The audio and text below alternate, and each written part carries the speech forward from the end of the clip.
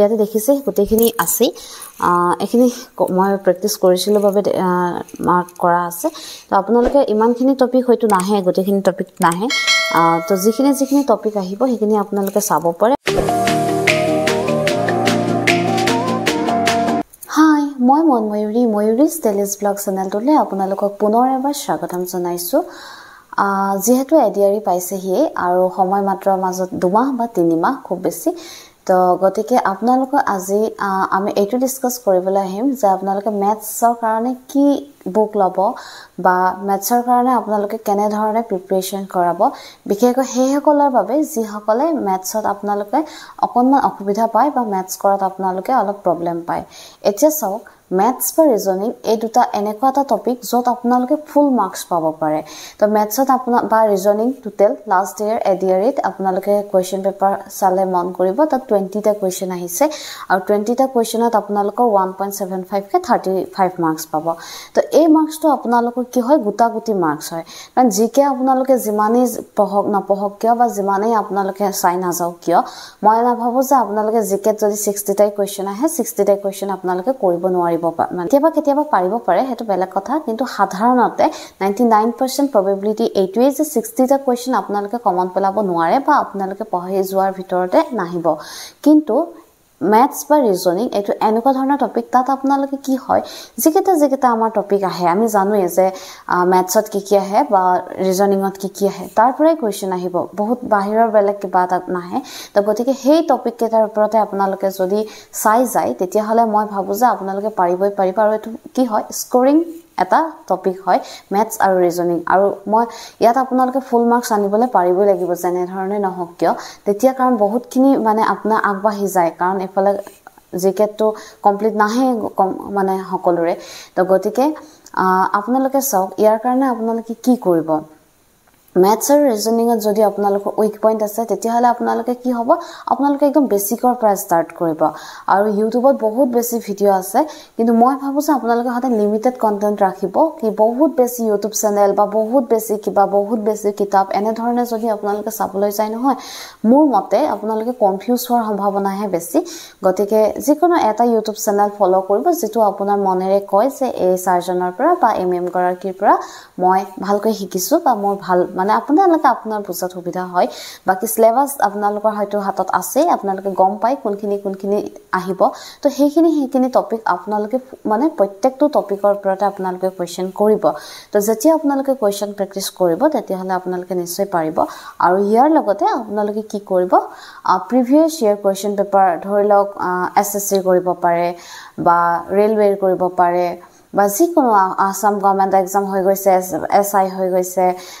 ADR হৈ গৈছে তাৰ পিছতে বহুত ধৰণৰ এক্সাম হৈ গৈছে তো হে আগৰ হাই কোৰ্টৰ এক্সাম হয় তো ঠিক ধৰণে এই যিমানখিনি কোৱেশ্চন মানে আপোনালোকে পাব এই পেপাৰখিনি আপোনালোকে কালেক্ট কৰিবলৈ ট্ৰাই কৰিব ইউটিউব চেনেলত পাব বা অনলাইন পাব যেনেকৈ নহওক আপোনালোকে লৈ পিনে কি কৰিব সেই পেপাৰসমূহ প্ৰেক্টিস কৰিব আৰু তেতিয়া আপোনালোকে কি হ'ব আপোনালোকে গম পাব যে আপুনি কিমান পাৰিছে সেকেন্ড মোস্ট ইম্পৰ্টেন্ট হয় এটো কি হয় আপোনালোকে প্যাটাৰ্নটো গম পাব কেনেকুৱা টপিকৰ পৰা কোৱেশ্চন আহে আৰু কেনেকুৱা ধৰণে কোৱেশ্চন আহে বহুত বেছি টান কোৱেশ্চন নাহে যেটো সময়ৰ কথা আছে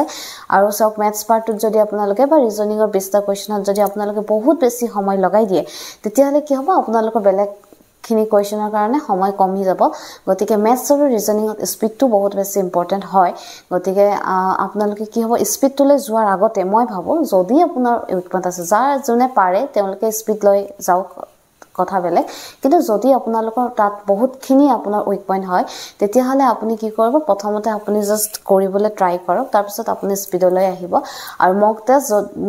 ম্যাথছ যদি আপোনাৰ প্ৰবলেম আছে বা ৰিজনিং আপোনাৰ প্ৰবলেম আছে যেটো টপিকৰ ওপৰতে আপোনাৰ প্ৰবলেম আছে হেতুত আপোনালোকে খুব বেছিকৈ মক টেষ্ট দিয়া ষ্টাৰ্ট কৰক মক টেষ্ট আপোনালোকে যেতিয়া দিব নহয় আপোনালোকে নিজেই গম পাব যে আপোনালোকৰ এমাহৰ আগত আপোনাৰ মানে কিমান হৈছে আৰু এমাহৰ পিছত আপোনাৰ কিমান ইমপ্ৰুভমেন্ট হৈছে হেতু আপুনি নিজে গম পাব যে আপোনাৰ কিমান ইমপ্ৰুভমেন্ট পাইছে গতিকে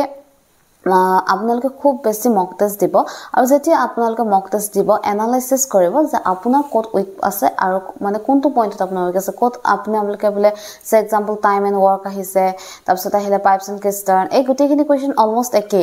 তাৰপিছত এনেকুৱা ধৰণৰ ট্ৰেইন বটস আপোনালোকৰ তো এনেকুৱা বিলাকৰ কোৱেশ্চনত কি হয় আপোনালোকৰ অলমোস্ট একে প্যাটাৰ্ন থাকে তো তেনেকুৱা কোৱেশ্চন একে হয় ঠিক তেনে ধৰণে ৰেশিও প্ৰপোৰ্শন আহিলে বা আপোনালোকৰ ফ্ৰেকশন আহিলে এই গুটেখিনি আপোনালোকে কি কৰিব ধুনিয়াকে এটা সিৰিয়ালিকে পঢ়ি যাব আৰু বস্তুবিলাক সিস্টেমেটিক্যালি যেতিয়া আপোনালোকে কৰিব মই ভাবো যে নোৱাৰা বুলি কোনো ধৰণৰ কাৰো বাবে কথা নাই ম্যাথছে হওক বা ৰিজনিংয়ে হওক ভয় খাবলগীয়া অদ্ভুত কিবা এটা নহয় কিন্তু মই এটা কথা আপোনালোকক যে ম্যাথছ আৰু ৰিজনিং আপোনালোকে নোৱাৰো বুলি ইগনোৰ নকৰিব কাৰণ ম্যাথছ আৰু ৰিজনিং এনেকুৱা এটা সাবজেক্ট অন্য কোনো সাবজেক্ট আপুনি নাপায় যত নেকি আপোনালোকে ফুল মাৰ্কস উঠাব পাৰে যদি আপুনি ভালকে প্ৰেক্টিস কৰি যায় না আপুনি সিওৰ ক'ব পাৰিব যে মইতো ইয়াতে ফুল মাৰ্কস পাম মানে আপুনি আগতেকে ক'ব পাৰিব কিন্তু বেলেগ সাবজেক্টত আপোনালোকে ক'ব নোৱাৰে কাৰণ কেনেকুৱা ধৰণৰ কোৱেশ্চন আহে সম্পূৰ্ণ আপোনালোকে গম নাপায় কি বুক পঢ়িব হে আপোনালোকক মই আজি দুখন কিতাপৰ নাম কম এখন ম্যাথছ আৰু এখন ৰিজনিংৰ বাবে মইতো মেইনলি দুখন কিতাপে ফলো কৰিছিলো আৰু আপোনালোকে যদি বেলেগ চাব পাৰে কিন্তু মোৰ মতে বহুত বেছি কিবা সোৱাতকৈ যিটোৱে টপিক শিকিছে হেতু টপিকৰ পৰা পাঁচটাই যদি কোৱেশ্চন আপুনি প্ৰেক্টিস কৰিছে কিন্তু হে পাঁচটা কোৱেশ্চন আপুনি খুব ভালকে কৰিব পাৰিব লাগে যে হে তেনেকুৱা ধৰণৰ হে টপিকটোৰ ওপৰত যেতে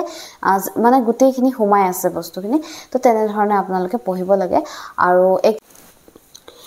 ম্যাথছৰ বাবে আপোনালোকে এখন লব পাৰে fast track objective arithmetic Aryan পাব্লিকেশনৰ হয় আৰু ৰাইটাৰ হৈছে ৰাজেশ বৰ্মা এই বুকখনত আপোনালোকৰ কি হয় বেসিক টু এডভান্স লেভেলত আপোনালোকে কোৱেশ্চন পাব তো এনেকুৱা একদম সাডেনলি আপোনালোকে যদি টান কোৱেশ্চন এটা লৈ লয় তেতিয়া হলে আপোনালোকৰ কেতিয়াবা আপোনালোকে প্ৰবলেম পাব তো গতিকে আপোনালোকে বেসিক টু এডভান্স যেতিয়া যাব প্ৰথম আপোনালোকৰ কি হয় কৰি যাবলৈ আপোনাৰ সুবিধা হয় আৰু ইয়াতে দেখিছে গুটেইখিনি আছে এখিনি মই প্ৰেক্টিস কৰিছিলো বাবে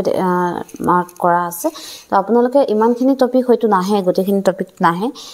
তো যিখিনি টপিক আহিব সেইখিনি আপোনালোকে চাব পাৰে মই জাস্ট ইয়াৰ এটা সিলেবাস দেখাই দিছো ইয়াতে কি ইনক্লুড হৈ আছে সকলোখিনি ইনক্লুড হৈ আছে তো গতিকে গুটেইখিনি যেহেতু টপিক কভাৰ কৰিছে তো ইয়াৰ বাদে মানে আপোনালোকে বেলেগ বুক নললো হ'ব মোৰ মতে আৰু বাকি আপোনালোকৰ ইচ্ছা আপোনালোকে চাব পাৰে ধুনিয়াকে গুটেইখিনি ইনক্লুড হৈ আছে তো গতিকে আৰু যিকলে গ্ৰেড 4 ৰ কাৰণে এপ্লাই কৰিছে তেওঁলোকে তো আপোনালোকৰ তেনেলৈকে ম্যাথছ এনচিআৰটি ম্যাথছ চালেও হৈ যায় তো বাকি আপোনালোকে এখন চাব পাৰে ইয়াতে বহুত গুটেইখিনি সাবজেক্ট কভাৰ কৰিছে গতিকে এখন বুক আপোনালোকৰ যিসকলে আছে তেওঁলোকে তো প্ৰেক্টিস কৰিব নাথাকিলে আপোনালোকে কিনি লব তো এখন হৈছে আৰিয়ান্তৰ হয় খুব বেছি ভাল পাব আপোনালোকে Next আহিছো ৰিজনিংৰো একে আৰিয়ান পাব্লিকেশনৰে হয় how to crack test of reasonings আৰু এখন হয় জয়কৃষ্ণ পাব্লিকেশন জয়কৃষ্ণ ৰাইটাৰ হয় আৰু ইয়াতে কি হয় সক আপোনালোকে এখন এই বুক দুখনৰ আৰু এটা প্লাস পইণ্ট আছে যে তেওঁলোকৰ ইয়াতে আপোনালোকে আগৰ প্ৰিভিয়াস ইয়াৰ কোৱেশ্চন পেপাৰ সমূহ আপোনালোকে পাই যাব গতিকে প্ৰিভিয়াস ইয়াৰ কোৱেশ্চন মানে আপোনালোকে কালেক্ট নকৰিলে হ'ব ৰেলৱে বা এসএসসি হওক এনেকুৱা ধৰণৰ বিভিন্ন ইণ্ডিয়াত যিসমূহ এক্সাম হৈ থাকে কম্পিটিটিভ তে হে এক্সাম সমূহত আপোনালোকৰ মানে যিসমূহ